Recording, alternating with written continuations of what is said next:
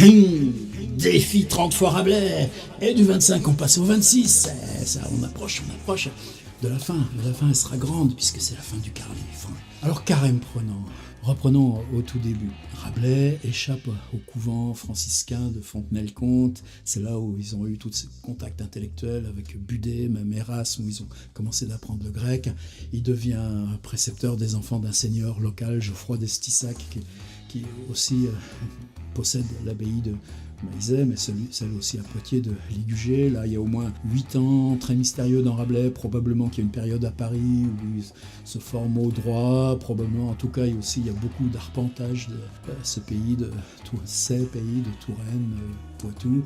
Et puis ensuite, il y a aller à Montpellier, c'est un énorme voyage dans plein pays encore. Il y a la guerre civile avec la peste et tout ça.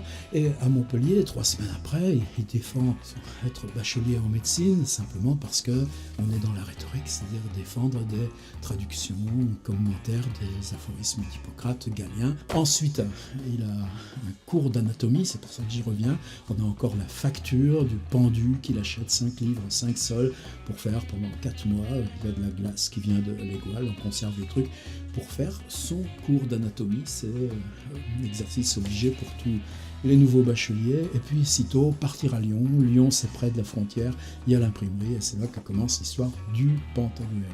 Mais ce corps de pendu, si on le regardait de près, c'est-à-dire, qu'est-ce qu'on a ? Il a des besicles, il en parle souvent. Mais on n'a rien d'autre. C'est-à-dire que l'inconnu de ce qu'il y a dans le corps, justement, ça reste inconnu. On n'a pas les outils. On peut disséquer tout ce qu'on veut. Comment on entrera là-dessus ? Comment comprendre les flux, les sangs ? Et cette question du corps, elle est fondamentale. Elle a son correspondant dans les figures du ciel, de l'astronomie, on en a parlé. Mais elle est fondamentale pour une raison. Pour passer des voies à ce qui va être tout bientôt, avec Descartes, disons, puis ensuite jusqu'à Rousseau, la philosophie du sujet, le retour sur soi, mais un soi épais, j'allais dire, pas un soi abstrait. Là, je dis des conneries parce que c'est pas du tout mon domaine. Mais Rabelais, il a la préscience de ça. Il faut entrer dans le corps. Il faut attraper le corps. Si on attrape le corps, la langue ne sera plus une fabrication abstraite. Elle permettra à l'homme de se dire à travers et par la langue.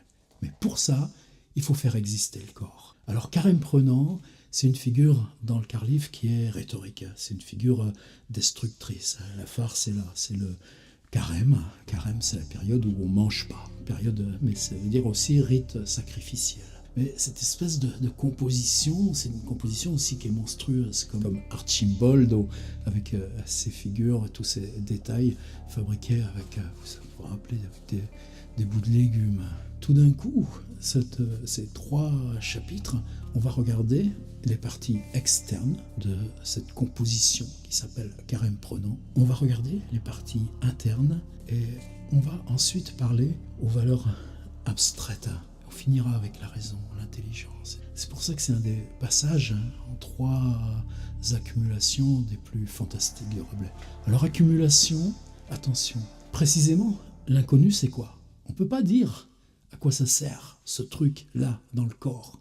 La rate, le foie, les boyaux et tous ces machins. C'est une allégorie. Et ça va être l'allégorie de quoi ? Mais de comment on transforme le monde. C'est-à-dire, l'homme est image du monde. Et ça, on retrouve tout le temps dans tout le XVIe siècle. On retrouve aussi chez les peintres. Repensez à la mélancolie de Dürer. Repensez à ces chevaliers de l'Apocalypse. On s'éloigne avec ça ? Non, on est toujours dans cette même petite interface. Si l'homme est l'image du monde, alors chaque élément de ce qu'il contient en lui-même va être une partie de l'activité de l'homme au monde.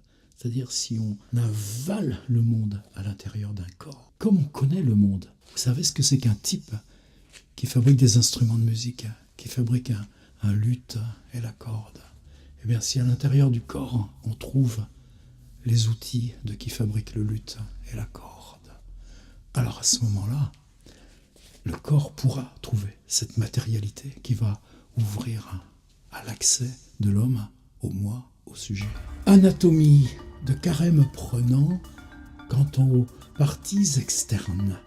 Carême prenant, disait Xénomane, continuant, quant aux parties externes, étaient un peu mieux proportionnées, excepté les 7 côtes qui levaient outre la forme commune des humains. Les orteils avaient comme une épinette organisée, les ongles comme une vrille, les pieds comme une guinterne, les talons comme une massue, la plante comme un crésiou, les jambes comme un leurre, les genouilles comme un escabeau, les cuisses comme un crènequin, les hanches comme un vibroquin, le ventre à poulaine boutonné selon la mode antique et saint à l'antibuste, le nombril comme une vielle, le péniaire comme une dariole, le membre comme une pantoufle, les couilles comme une guédoufle, les crémastères comme une raquette, le périnée comme un flageolet, le trou du cul comme un miroir cristallin.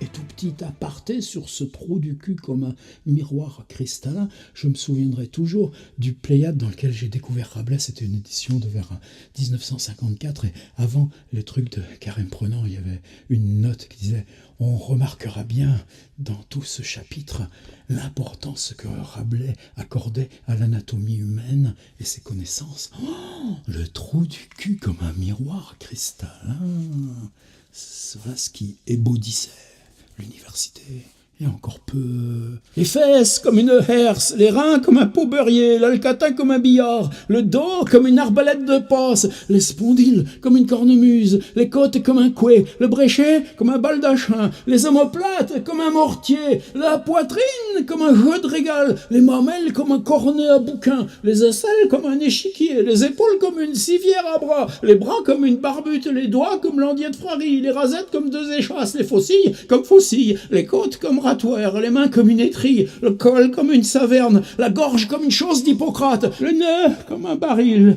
auquel pendaient 2 goitroux de bronze, bien beaux et harmonieux, en forme d'une horloge de sable. La barbe comme une lanterne, le menton comme un potiron, les oreilles comme 2 mitaines, le nez comme un brodequin hanté en écusson, les narines comme un béguin, les sourcils comme un lèche-frite sur la sourcil gauche avait un signe en forme et grandeur d'un urinal, les paupières comme un rébec, les œils comme étui de peigne, les nerfs optiques comme un fusil, le front comme une rétombe, les tempes comme une chantepleur, les joues comme 2 sabots, les mâchoires comme un gobelet. Les mâchoires comme un gobelet, les dents comme un vouge, la langue comme une harpe, la bouche comme une housse, le visage historié comme un bas de mulet, la tête couronnée comme un alambic, le crâne comme une gypsière, les coutures comme un anneau de pêcheur, la peau comme une gabardine, l'épiderme comme un belluto, les cheveux comme un décrotoir, le poil comme a été dit. Et mon copain Didier Gallas arrivait à le chanter, ce texte. Oh, je suis pas encore à cette liberté-là. Carême prenant, dit Xénomane. Quant aux parties internes, au moins 2 montants avaient la cervelle en grandeur, couleur, substance et vigueur semblable au couillon gauche d'un ciron mâle. Vous savez ce que c'est, un ciron mâle? C'est au mois d'août ce qu'on appelle nous les petits aoutas. C'est toutes petites bêtes minuscules qui se glissent sous la peau. Alors évidemment, on est dans le plus petit truc observable, là encore. Petit ciron mâle, c'est déjà tout petit, parce qu'il faut bien qu'on l'enlève. Mais la moitié de sa couille gauche, et pourtant c'est ça qui nous dit, au moins 2 montants avait la cervelle en grandeur, couleur et substance semblable au couillon gauche d'un ciron mâle. Les ventricules d'Icelle comme un tire-fond, l'excrescence vermiforme comme un pille-maille, les membranes comme la coqueluche d'un moine, l'entonnoir comme un oiseau de maçon, la voulte comme un goinfre, le connard comme un vèze, le ré admirable comme un chanfrein, les additaments mamillaires comme un bobelin, les tympanes comme un moulinet, les os pétreux comme un plumail, la nuque comme un falot, les nerfs comme un robinet, la luette comme une sarbatène, le palais comme une moufle, la salive comme une navette, les amygdales comme lunettes à un œil lisse mais comme une portoire, le gousier comme un panier vendangeré, l'estomac comme un baudrier, le pylore comme une fourche fière, l'âpre artère comme un gouet, le gavier comme un peloton d'étoupe, le poumon comme une homus, le cœur comme une chasuble, le médiastin comme un godet, la plèvre comme un bec de corbin, le poumon comme une homus, Le cœur comme une chasuble, le médiastin comme un godet, les artères comme une cape de billard, les diaphragmes comme un bonnet à la cocarde, le foie comme une besague, les veines comme un châssis, la ratelle comme un court-cahier, la fraissure comme un gantelet, la mésentère comme une mitre abbatiale, l'intestin jeune comme un davier, l'intestin borgne comme un plastron, le côlon comme une brinde, le boyau culier comme un bourrabaquin monacal, les rognons comme une truelle, les limbes comme un cadenas, les pores urtères comme une crémaillère, les veines émulgentes comme deux glyphoères, les vases spermatiques comme un gâteau feuilleté, les parasites comme un pot à plumes, la vessie comme un arc à jalets, le col d'Issel comme un bataillé, le miracle comme un chapeau albanais. Vous savez ce que c'est, vous? Un chapeau albanais? Va falloir qu'on fasse des recherches.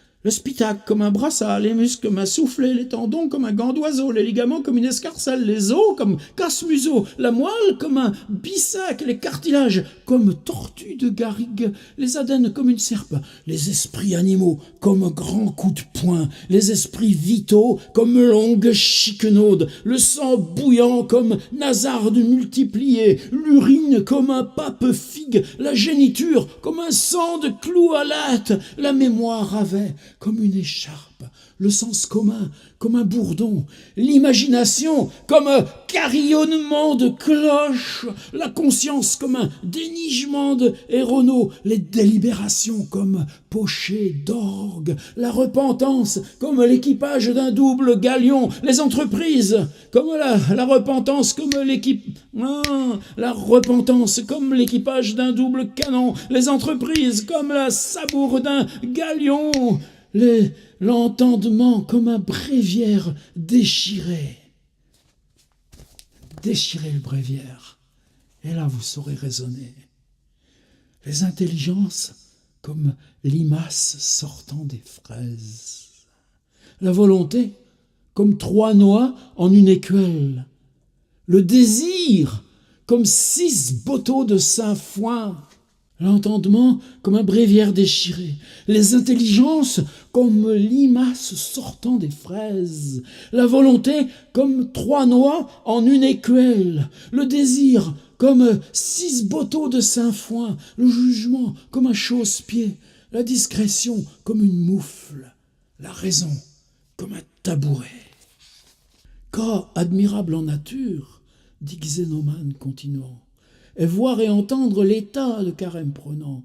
S'il crachait, c'était pannerie de chardonnette. S'il mouchait, c'était anguillette salée. S'il pleurait, c'était canard à la dodine. S'il tremblait, c'était grand pâté de lièvre. S'il suait, c'était moulus au beurre frais. S'il rôtait, c'était huîtres en écailles. S'il éternuait, c'était plein baril de moutarde. S'il sanglotait, c'était denrée de cresson. S'il bâillait, c'était poté de bois pillé. S'il soupirait, c'était langue de bœuf fumé. S'il ronflait, c'était yadot de fèves fraises. S'il rechignait, c'était pied de porc au sou.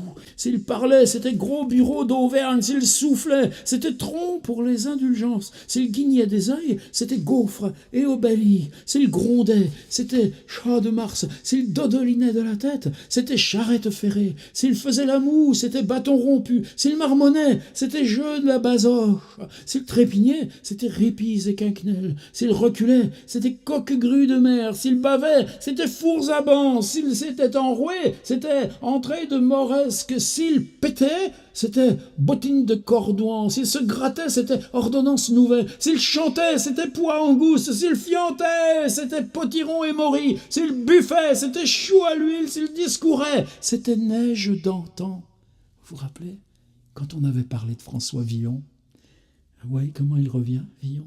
S'il discourait, c'était neige d'antan. S'il se souciait, c'était des ris et des tondus. Si rien donnait, autant en avait le brodeur. S'il songeait, c'était vifs, volants et rampants contre une muraille. S'il rêvait, c'était papier rentier. Je vous laisse avec Carême Prenant. On a vu l'essentiel. Aussi, à chaque fois, je vous dis quelle merveille, quelle merveille, quelle merveille. Et c'est ça le truc. C'est pas que ce soit une merveille en soi, dans l'absolu.